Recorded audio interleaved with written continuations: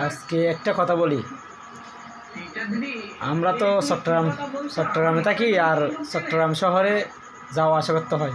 আমার একটা ছোটোখাটো ব্যবসা আছে হকারে, তো ওইটা মাল আনার জন্য যাওয়া লাগে। তো এখন কথা হচ্ছে যে ওইখানে প্রায় সময় গাড়ির মধ্যে আসা যাওয়া করি। এখন দেখা যায় কি, এমন একটা কাজ হয়েছে আজকে, দুইটা মেয়ে এমন হাব ভাব করতেছে যেন এরা অনেক বড় কোটিপতির মতো।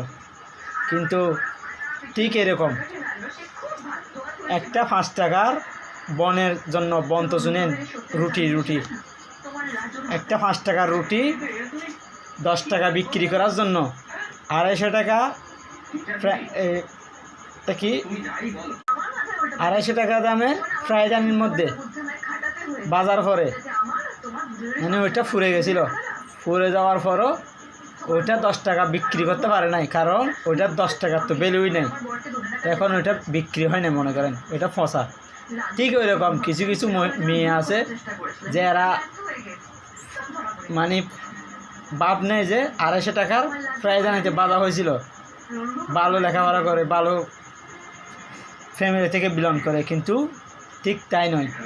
এরা ঠিক ওই 5 টাকার রুটির মতো। 5 টাকার রুটি হলো কি হবে, এটা তো আর 5 টাকার মূল্যও নেই, যে অবস্থা এদের চলাফেরার। তা আশা করি সবাই ভবিষ্যতে এরকম মানুষদের থেকে সরে থাকবেন। আর ওই রকম যারা ওই রকম ফ্যামিলির মেয়ে, আশা করি তাদের মা বাবা সব সময় সচেতন থাকবেন। অনেক সময় দেখা যায় মা বাবা ভালো, কিন্তু মেয়েগুলা খারাপ, ছেলে মেয়েগুলা খারাপ হয় আর কি। তো ওই রকমও হয় অনেক সময়। কিন্তু আবার অনেক সময় দেখা যায় মা বাবা জানে যে মেয়ে এরকম করতেছে, হয়তো বড় লোকের ছেলের সাথে করতেছে, কিন্তু ওইটা ঠিক না।